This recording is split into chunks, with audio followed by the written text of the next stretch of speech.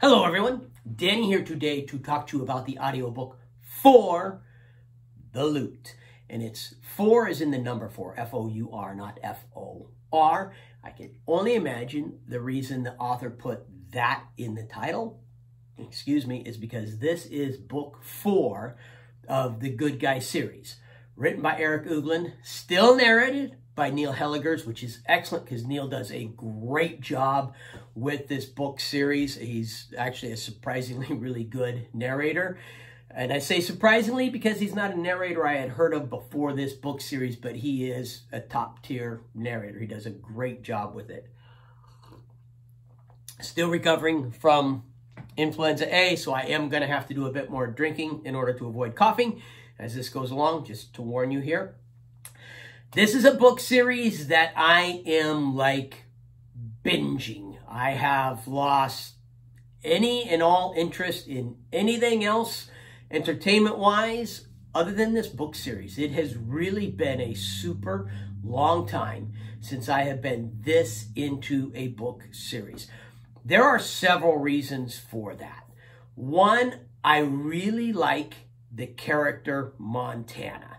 He's a guy who, in the real world, now this is a lit RPG book, so he is someone in book 1, you watch him die. But just before he dies, his consciousness is uploaded into a video game. And he now lives in the video game, and his life is this video game. Well, in the real world, on Earth, he was a criminal. He belonged to a bad biker gang, or motorcycle club, as they like to be called. He did all kinds of things that he's ashamed of. And so he sees this game as a chance to really redo and become a good guy. He starts off fighting the game. He doesn't want to play the game. He's tired of violence. He's tired of who he was. He just wants to garden and fish. It's finally made very clear to him, you're not going to be allowed to garden and fish. You are either going to be a hero or a villain. The game's going to force this upon you. He chooses hero because of who he was in the previous life. He's given some boons that give him just a massive amount of power for the world in this area. And it's just in this specific area. He has several weaknesses in this area over here. So strength, his strength, how strong he is. He's like monstrously strong. His intelligence, how smart he is. He's stupid. So he's getting smarter as the books progress, but he's still stupid. He tends to make stupid decisions. He tends to just jump and not think first. He tends to be very impulsive. He's not helped at all by his mentors, his support people. They make fun of him. They make fun of how stupid he is. He's always saying stupid things. He says a lot of stupid things. They rather than advising, they tend to call him names. They tend to, their advice be along the lines of, well, don't do something stupid like you normally do. Hey, help, I need help making a decision here. What should I do? Just make the right decision. Don't make the wrong decision. That's the kind of help they are. But at the same time, he does not allow that to get to him. He doesn't allow that to stop him. Okay, if that's going to be their advice, then I'm just going to do the best I can with what I've got. He is learning. He is getting better. Because he's overpowered in this one area, physically, he's become like Superman. He's not really invulnerable. It's more like Wolverine, to where it's almost impossible to kill him because of his regenerative ability. He's strong like, Superman or some other heroes that I can think of. But he's got the internal battles of Spider-Man, a lot of the self-doubt in himself, a lot of wanting people to to like him and to think better of him. He's got that aspect. He's intellectually, he's more like Iron Man, to where he tends to be rash and just jump in, and he's saved because he's overpowered in this area. He's becoming aware of this now. He's becoming aware of the fact that, hey, I keep jumping in because I'm so weak here, and the only thing that saves me is here. But I'm going to run into Thanos. I'm going to run into someone that's more powerful and deadly than me. And at that point in time, I'm going to need to be able to outsmart that person. I'm going to need to be able to outskill that person. So I've created this serious imbalance, and I need to get it balanced. Or the people, and this is one of the real reasons why I like him. He's not interested in himself. He cares about the people around him.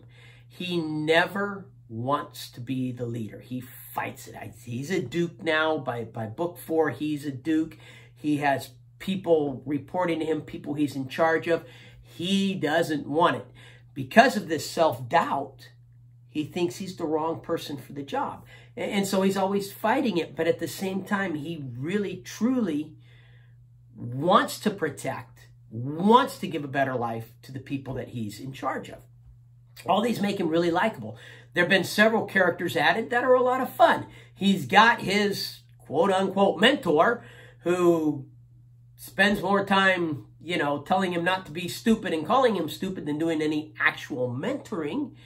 He's got some little cute little otter-like creatures that even the way they dialogue and interact and stuff are cute, but at the same time they're ferocious. If you're in a fight, you want those two dudes on your side.